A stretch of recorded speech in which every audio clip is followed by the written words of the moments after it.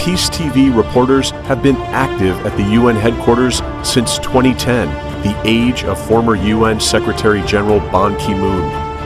They are often invited to gather pictures and news about high-level meetings and events at the UN headquarters.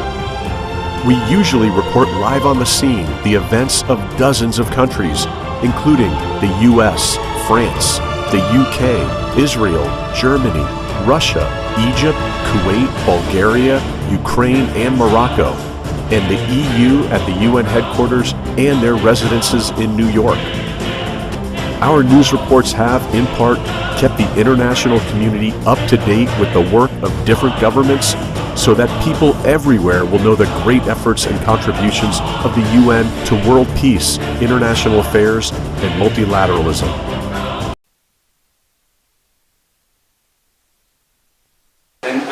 I think the reason has to do with the fact that human security is at its core a very simple idea. And it's an idea that resonates with the Universal Declaration of Human Rights and the United Nations Charter. The idea of the importance of people being free from want, free from fear, and free from living in indignity. And so today's symposium is less about the broader notion of human security, but more about three things, really. First, to articulate how this idea of human security can be helpful in helping all of us to move towards the achievement of the Sustainable Development Goals. Human security is not something that seeks to replace or substitute or compete with the Sustainable Development Goals or the 2030 Agenda for Sustainable Development, but rather it's a way of articulating how countries, how communities can make progress towards the Sustainable Development Goals. So that's one of the objectives of the symposium today. Secondly, the symposium will show how this notion gains expression in very practical ways at the local level. So it's not something that is mobilizing over the discussion here at the General Assembly and at the broader debate, but it's something that can actually gain specific, concrete expression at the local level.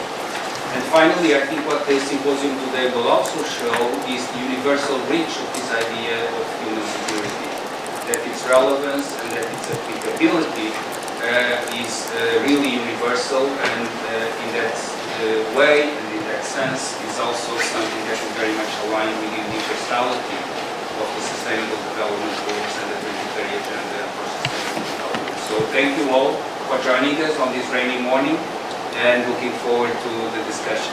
Back to you, Shani. Thank you, Pedro. It is now my honor to turn the floor over to Mr. Yukio Takasu, Special Advisor to the Secretary General on Human Security. And since then, I think the dramatic change in the world was due to, first of all, COVID-19. People really realized that human security is not just an abstract thing. People are united, connected together. No military force can prevent the spread of diseases. You really need much broader application of human security. And then combined with the impact of war and worsening situation of climate change, there are new factors, as Pedro mentioned, very interesting. And reflecting this, the Secretary General decided to issue the report on Secretary General of Human Security for the first time in 10 years, in this year. And debate took place by the General Assembly 1 month ago, which is really substantive. It's very gratifying. And this morning, I really like to introduce you. Human security is not really abstract. How it could be used to accelerate the process of SDGs. And for that purpose, I created a team of experts in Japan under the banner of the Human Security Forum in Japan, which is an NGO I'm having president. And Mr. Ine, who is coming later on, is also joining the co-member of the team. We have a lot of the experts, research workers, practitioners, and then the team has been working for some years, last 2 years. And the result of that, I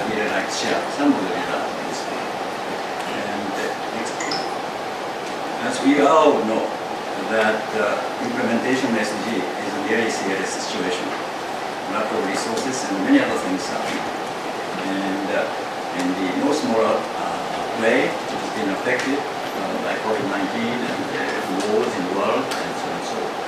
So that report that Secretary General issued last year, special report on SDG implementation, concluded half of comparable 140 SDG targets are unfulfilled.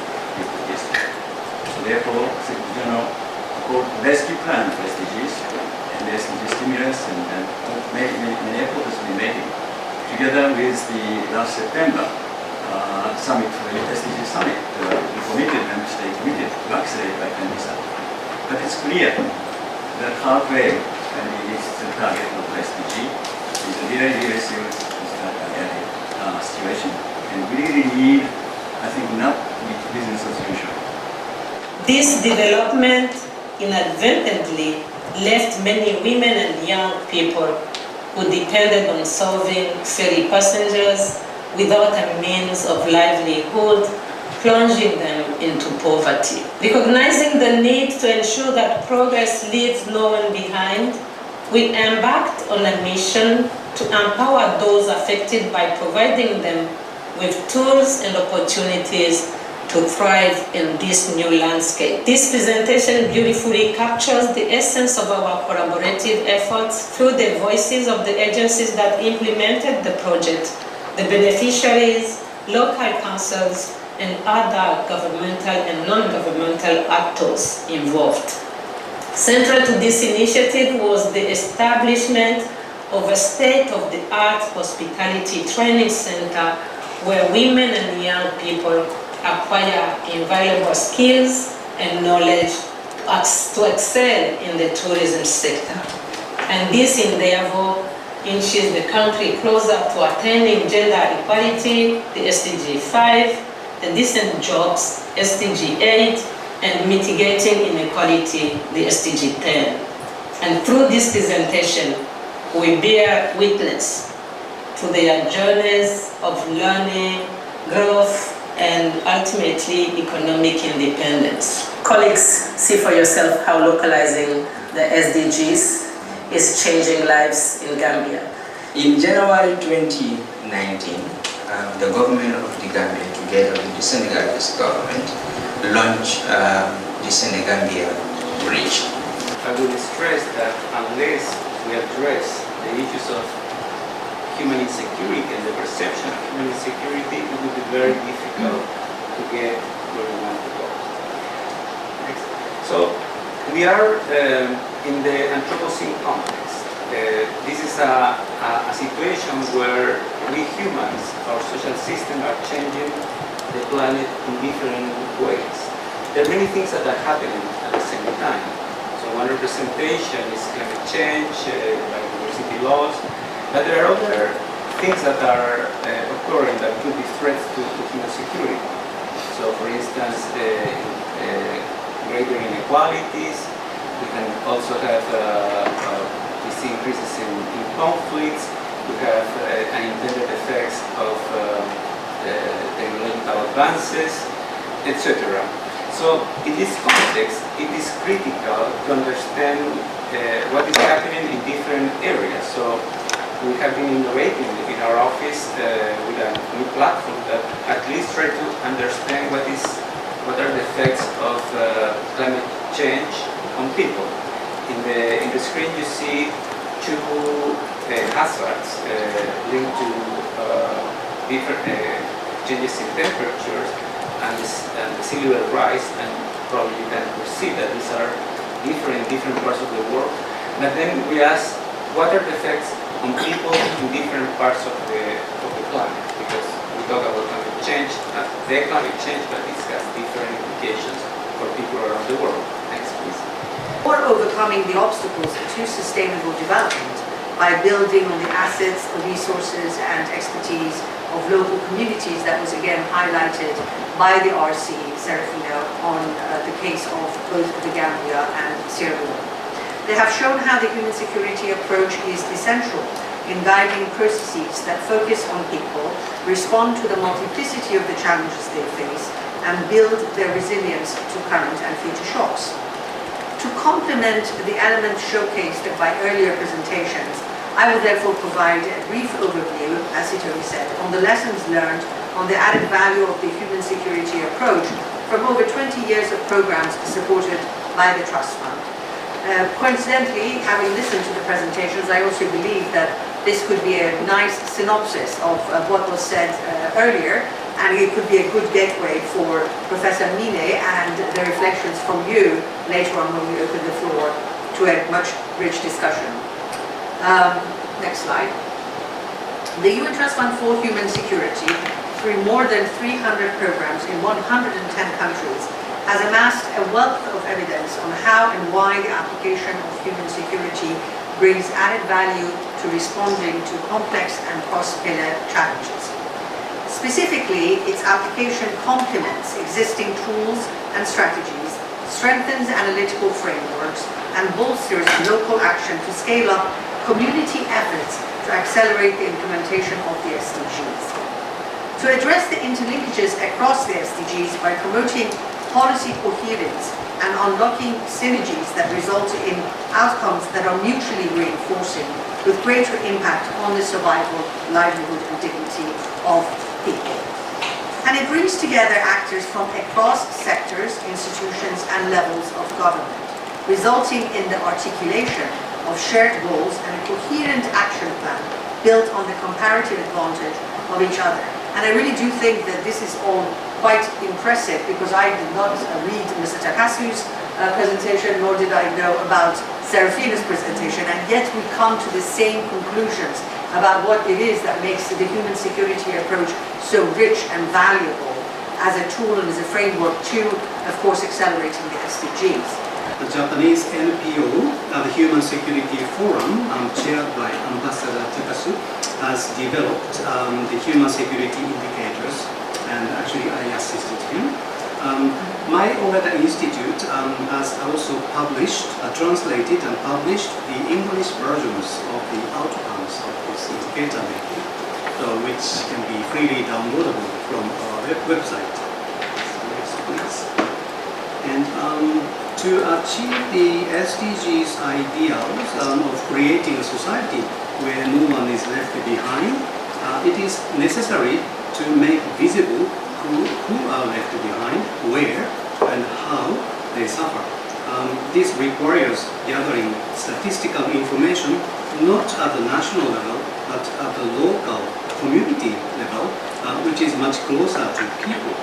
So we took Japan as an example, but we believe that this approach is universally applicable. Next, please. So let me repeat what Ambassador Takashi explained, but also I try to locate these indicators in maybe research, academic research context, and also I will give some additional information about the dissemination and application. So let me explain here. Okay, this is Japan, and Japan consists of 47 prefectures. So we showed data by prefecture, and then next please. We chose Miyagi Prefecture, which is located in the middle of Japan. So and further we disaggregated the data, national data, into dozens of smaller prefectural data into dozens of smaller towns and villages. Next. We also tested the same method in Aichi Prefecture, which is located in the central part of Japan. The Miyagi was in the northeast. Okay, so first of all, I'd like to pay tribute to UNDP, JICA, the World Institute, and the UN Human Security Unit for organizing this symposium. And I also would like to pay tribute to the panelists for providing us with a very valuable inputs. In New York, we tend to, we have every day a big political debate, as you know. But why we are spending resources in New York or elsewhere for international organization, I believe that the ultimate goal is to protect people and protect the people's dignity. And that's the ultimate goal. And of course, the nation states play a role. So we are discussing, but we always remind ourselves that what is the ultimate goal for what we are doing every day. And as the panelists, distinguished panelists already explained, that probably I should say, unfortunately, that the concept of human security is getting more and more important because of the situations on the ground in the world, as you know. Geopolitical tensions and also climate change related disasters, and also, as always, human beings have been suffering from natural disasters like earthquakes, tsunami, hurricane, typhoons. So we always more intensively we need to connect to each other to cope with those challenges we face. So in order to do so, Japanese government believe that the concept of human security is a very valuable guideline and principle we can follow. And today's explanation on the use of human security indicators in near prefecture in Japan. It was affected by the Great East Japan earthquake. I think have helped us to understand more completely the importance of human security approach at the subnational and the local levels. And I also see that from the presentation, those specific cases, how to local communities try to achieve the SDGs goals by using the human security concept in various parts of the world, including Africa. So I was very much encouraged, and I convinced myself that this is a very important approach. But the human security is not just a concept, but we have to always mind that this is not just a concept, but an effective tool for implementing concrete policies. And in order to the strength of the human security approach is that it links security, development, humanitarian assistance, health, and other fields as a nexus across the board. And when we discuss those specific policy issues, I always feel that the people concerned are working very hard, but we tend to get into silence. So, for example, using the most visible case right now is, for example, the Gaza situation. Of course, we need a ceasefire, but and we hope that the ceasefire will be realized very soon. But even with the ceasefire, with the situation on the ground, we need multifaceted approach to save people. For example, health situation is deteriorated, and also humanitarian protection is needed, education, and also people need to sustain their lives. So we need to create employment. So those, just looking at one case, we really feel that this nexus approach is necessary. And how to create this nexus approach, we need some kind of events or prism from which we pay attention to the issues. And if we consider mindful the concept of human security, that immediately reminds us how to protect individual people, no one behind. So we can connect and direct each policy arena. So in that sense, we consider that human security concept is very usable approach and a realistic approach. So my government will continue to advocate the effectiveness of human security approach to the world. And in that context, in New York, we will have some Summit of the Future in September. Next year, we have a social summit. And we consider that this approach must be advocated and also paid attention at the highest level of the world for the reason I just mentioned. So I really appreciate. But at the same time, this down to us, what kind of real usage of this concept always we need to share. So I very much appreciate today's symposium in that good sense. Thank you very much. Thank you very much. Ambassador Yamazaki, please. To the positives, I have a few concerns, however, that I'm just picking up on from what I've listened to and thinking about how my own government is working through this idea of human security in a different way. Resource management, especially in our forestry, agriculture and mining sectors, to ensure that the resources benefit everyone for this and future generations.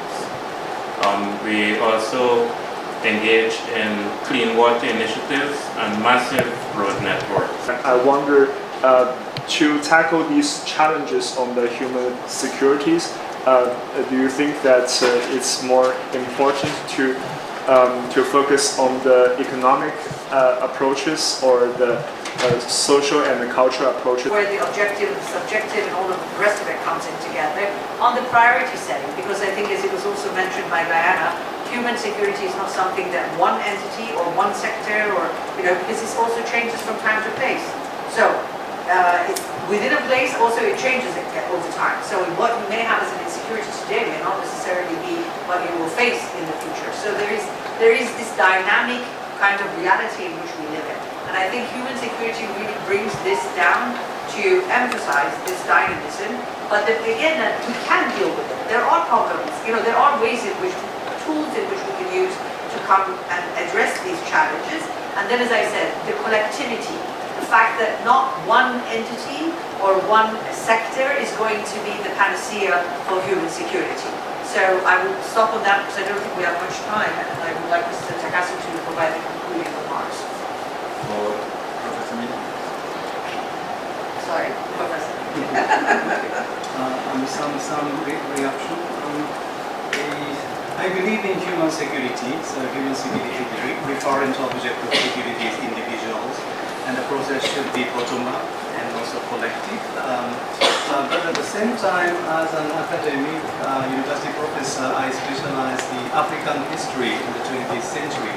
So in the context of the post-colonial nation building, I also think the ownership, national ownership, should be valued as kind of